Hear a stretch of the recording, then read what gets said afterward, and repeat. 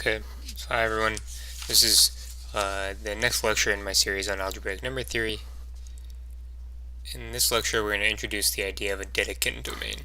So, let me give you some motivation for why we might care about this concept, and just give you a general overview of the path forward for the next few weeks. So, we continue our study of rings of integers.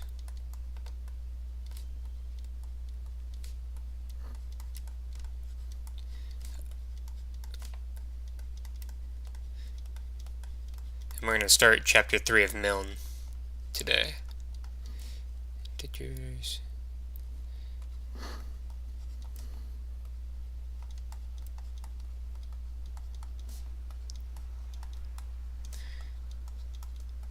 So I'm gonna cover the same material that Milne does in his chapter 3, but I'm gonna cover it in a slightly different order. So in this chapter, so we'll see basically we're gonna study a class of rings called Dedekind domains.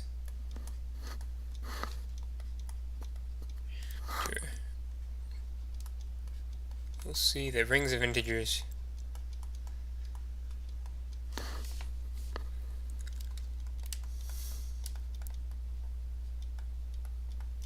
fall into a class of rings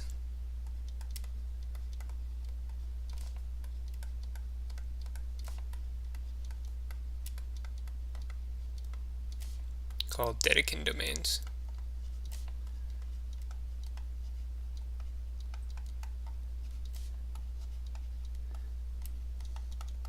And I'll define what these are in this lecture. In the next lecture, we'll basically explore the properties of these rings. So in the next few lectures,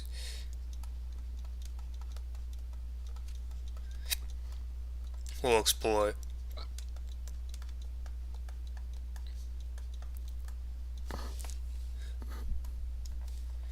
properties, so basic properties of Dedekind domains.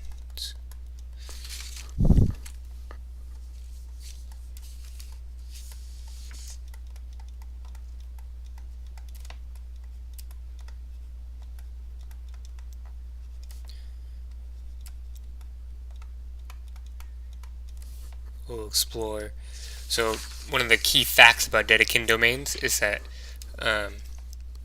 ideals factor uniquely into products of prime ideals. So if this doesn't make sense, that's fine. We'll talk about it more in the coming lectures, the unique factorization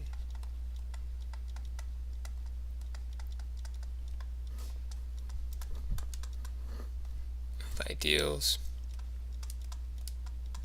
in Dedekind domains.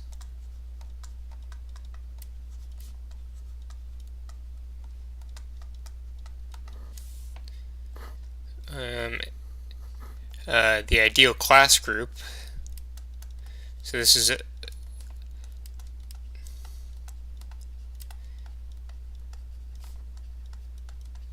basically it's some finite, or not necessarily finite.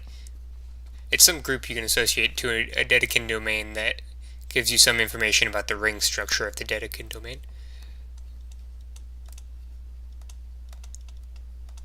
And it turns out to be super important in number theory. And finally, how ideals factor in extensions of Dedekind domains. And what I mean by this is essentially the principal example is if I have a prime ideal in Z, what does the ideal that generates in a larger ring of integers look like? What can I say about that? These are the four main topics we're going to cover about Dedekind domain. So, overview for this lecture. I'm going to tell you what a Dedekind domain is.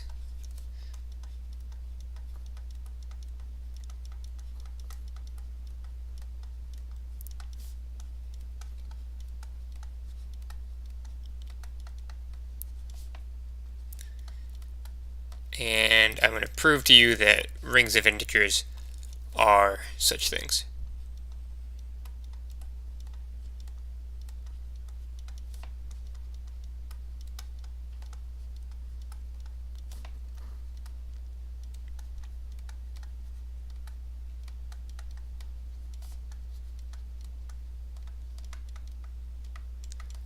Okay, so let's go ahead and get started with the definition here. So this is 25.1 definition.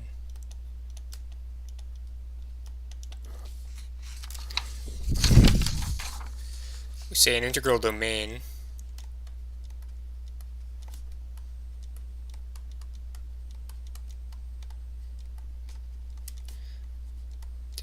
A is a Dedekind domain. Get my red pen out here.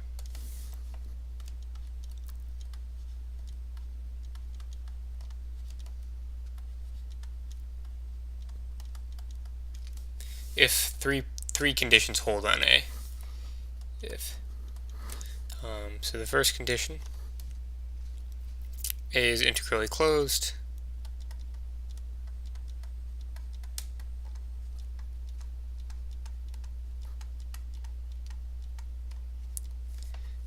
Second condition, every non-zero prime ideal is maximal.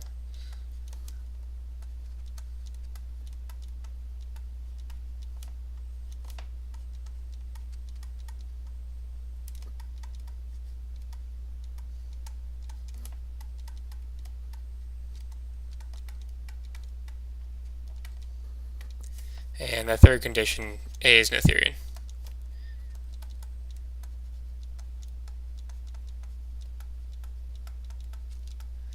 So as a first example, the quintessential example that one of the motivating examples is the integers.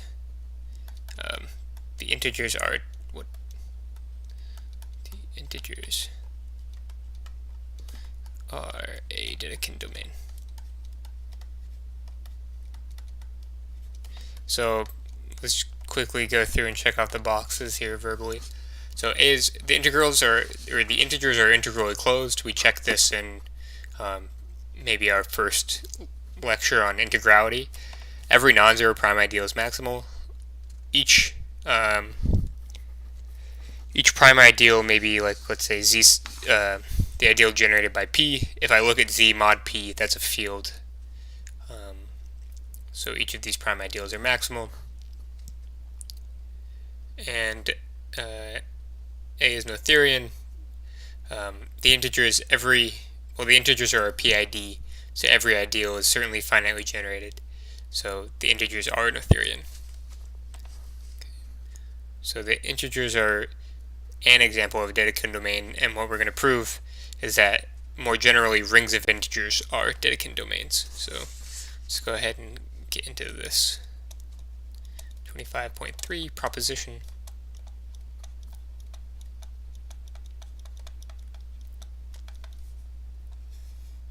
We're going to let K be a number field, i.e. a finite extension of Q. Then the ring of integers OK is a Dedekind domain.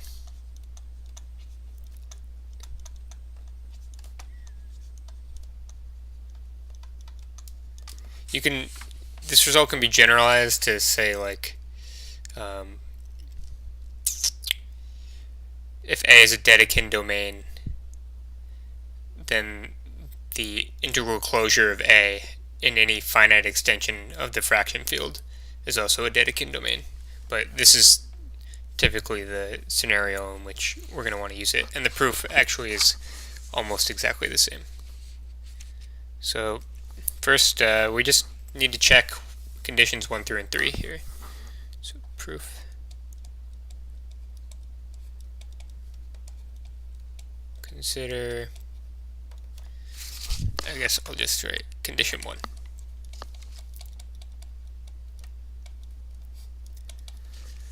Well, basically we've already proven this fact before. The fact that OK is integrally closed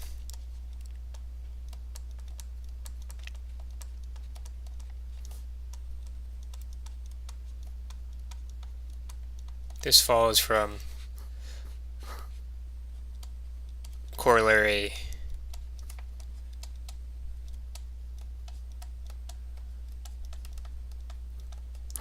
corollary 15.6 in our lecture on integral extensions.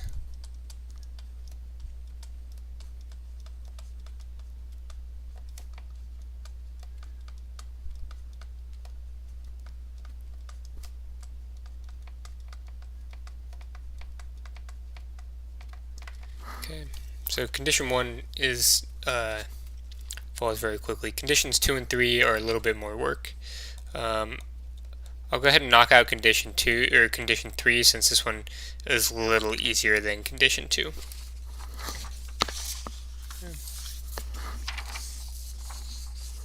So to show OK is Noetherian, we show every ideal is finitely generated.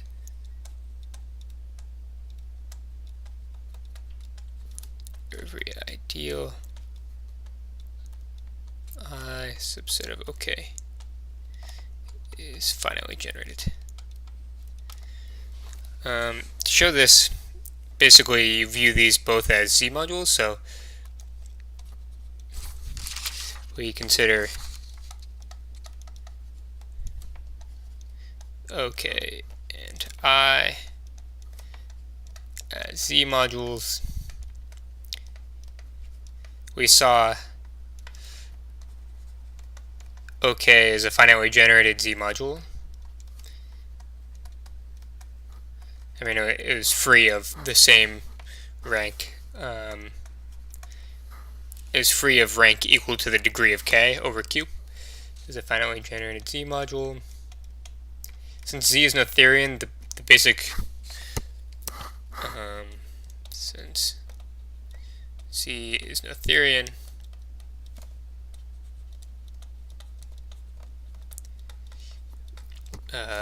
commutative ring theory tells us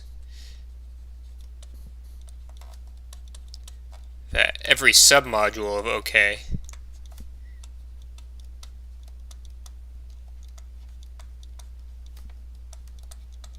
every Z submodule of OK, that is finitely generated. Thus, I is finitely generated as a Z module.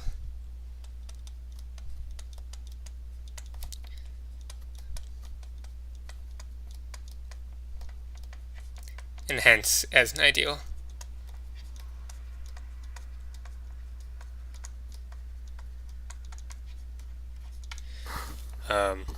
This last hence basically follows from the fact that if I took a collection of Z module generators for I, then it would also work as OK generators since Z is contained in OK. Okay, so there's condition 1 and condition 3. Condition 2 is going to require significantly more work. So condition 2. So to show, so we're going to let P subset of OK be a non-zero prime ideal.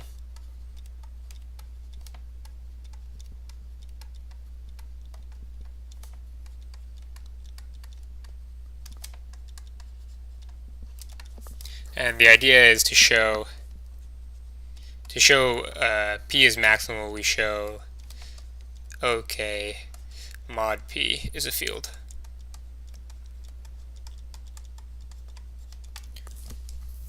Okay. So the steps are basically as follows. We're going to consider, I guess maybe I'll do it like this.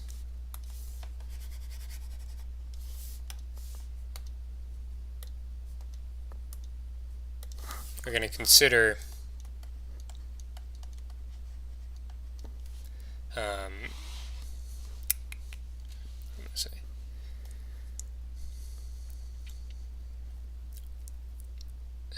P intersect A. I'm going to call this ideal bold.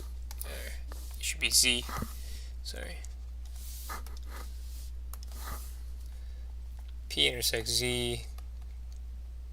This is going to be this, what's called the Weierstrass P.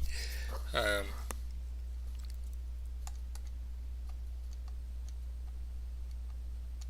we're going to show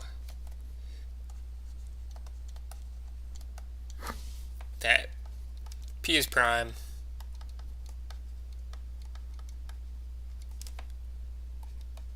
P is non-zero, and that C OK modulo P is an algebraic extension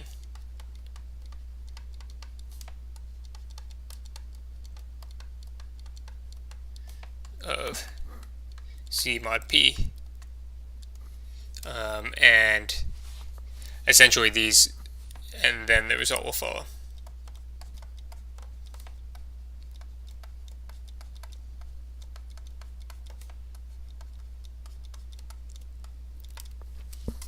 Okay, so to show P is prime, we can kind of actually, we can be a little clever here. So first consider A.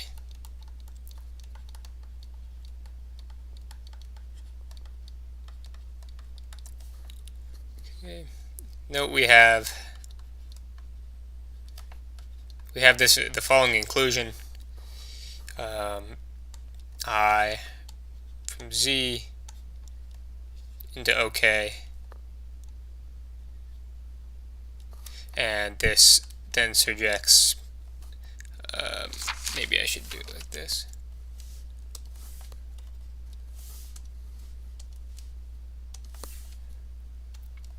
This then surjects onto OK mod P. Okay. We have this composition of maps,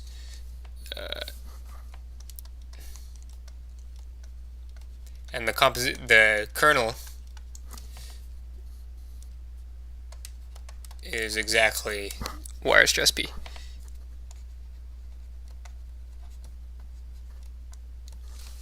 Okay.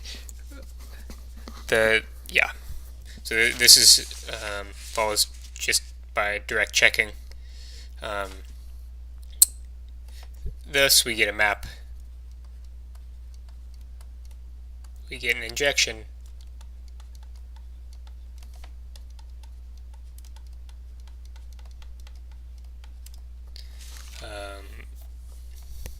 I'll just call it I again. Or iota, I guess. From Z mod P into OK mod P. And since OK mod P is an integral domain because P is prime,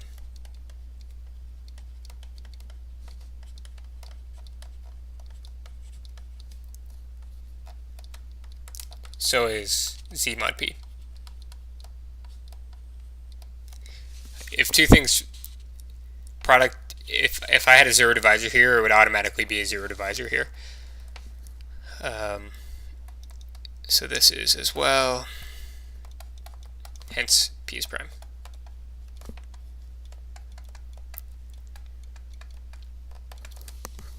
Okay, next we need to check that P is non-zero.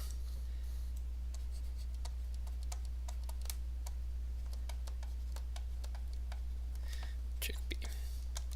So I'm going to choose a non-zero element of P. So maybe I didn't explicitly state this, but okay, yeah, I did. Okay, since P is non-zero, I can find a non-zero element. And I'm going to consider the norm of that element, the norm from K down to Q of A. Okay. So I claim this is my non-zero element of Weierstrass P.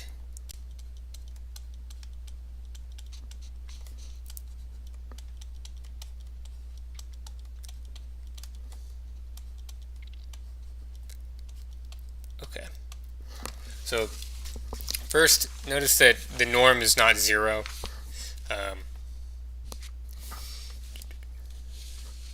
Right, I can write this norm as a product over the Galois conjugates of A. Recall that the norm from K over Q A equals the product over the sigma sub I of A, where sigma sub I from K to, let's say, C are the distinct field embeddings.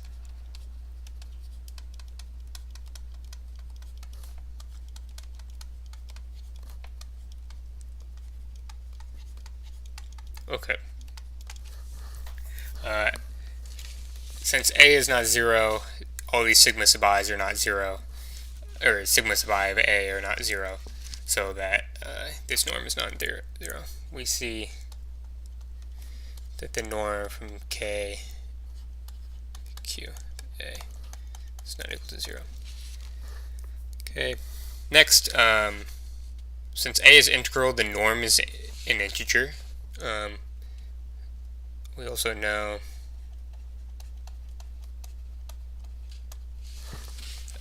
that since A is in OK, each sigma sub I is in OK, or I guess not in OK, but each sigma sub I of A is integral over Z, and hence the norm from K over Q of A. This is in C. To show that it's in P, now it suffices to show that it's in math frac P. We show norm from K over Q A is in math frac P. Okay, and to see this, basically we'll write it as a multiple of A. Note that norm from K over Q of A, this is the product over these Galois conjugates of A, one of which is A, so this is going to be A times the product maybe over I, like not equal to 0, so maybe not maybe if the 0th one is the identity map, then it'll be something like this. And okay, what do we know? I claim this is an element of OK, and I claim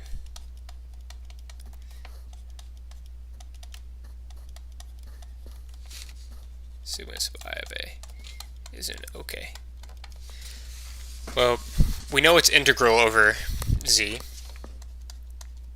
It is integral over Z. Since it's the product of these Galois conjugates, each of which is integral, as the product of integral elements.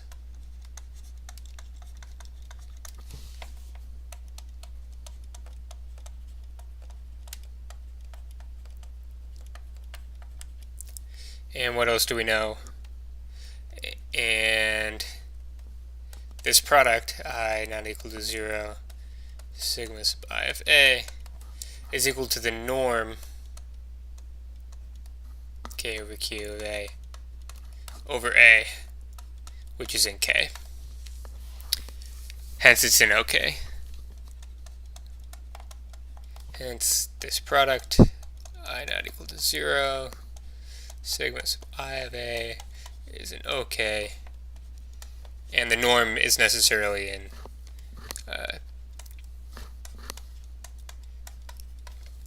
it's in P, and we saw that it was in Z, and we also saw that it wasn't 0, which is P kick out 0. Okay, so this is part B of condition 2, probably the most complicated part of the proof. The key fact you need to remember is that the norm of an element can can be written as the product over the Galois conjugates. And if A is integral, then each Galois conjugate is also integral. If these are not familiar to you, I would review some of the earlier lectures on integrality of elements. Okay, finally, we need to show part C and finish up the proof. Next, consider B or C.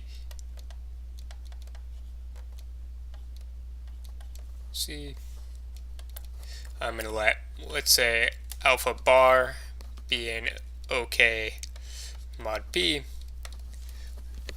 Alpha bar is integral over Z, or alpha is integral over Z if, I guess I should say, well, if alpha bar is 0, then this is clearly integral over ZP. If f of alpha equals 0 for f in, let's say, Z join X monic, then f bar, the reduction modulo P, is non-zero,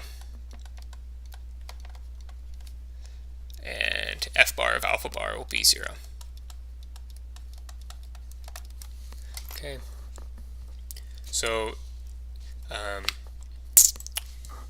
every element of alpha, or every element of OK mod P satisfies some polynomial in Z adjoint P. In particular, I can take minimal polynomials here. So I'm going to this basically checks C, and now I finished the proof. So we finished the proof using C.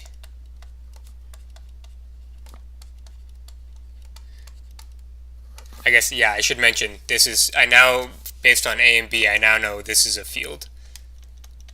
So it makes sense to talk about minimal polynomials.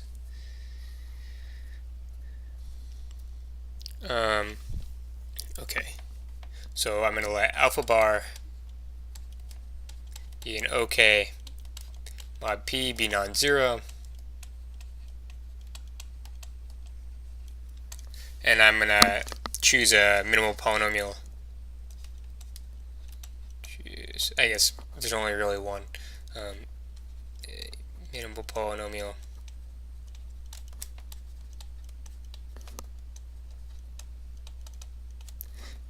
m of x in Z join, or Z mod P. I'm going to observe, since alpha is non-zero, since alpha bar is non-zero, and m is irreducible, m has non-zero constant term.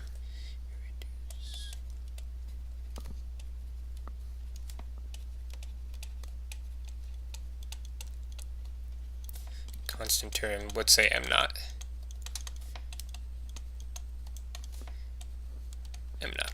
Okay, then what do we see? Let's say if m looks like this,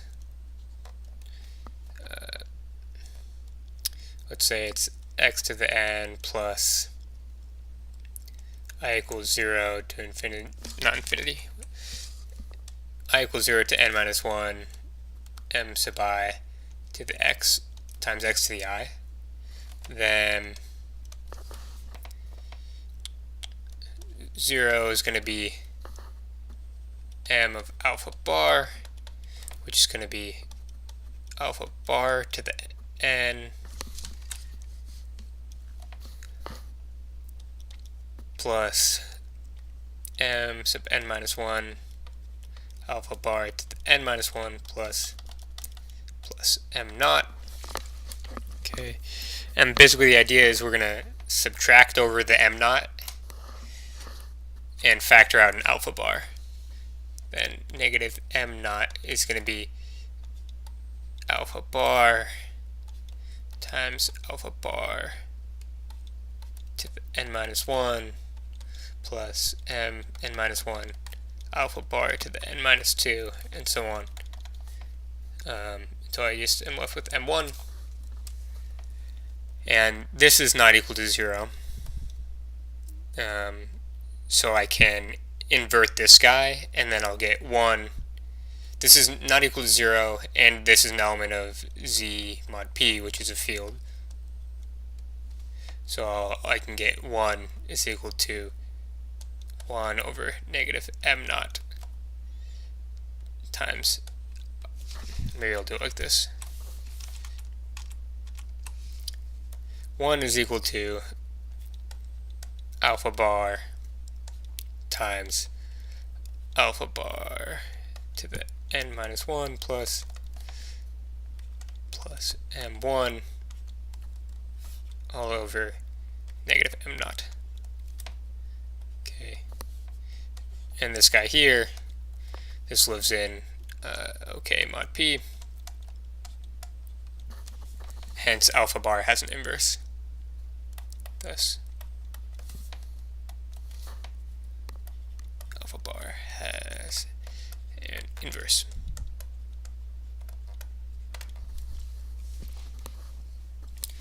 So this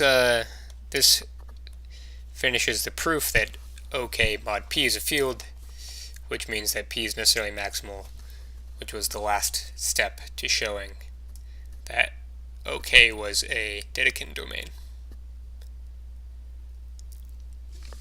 Turns out that these Dedekind domains end up having a lot of very important properties, more generally than basically it's useful to identify these 3 conditions as important, because then we can work in a little bit more generality, which often makes the proofs easier to see what's going on.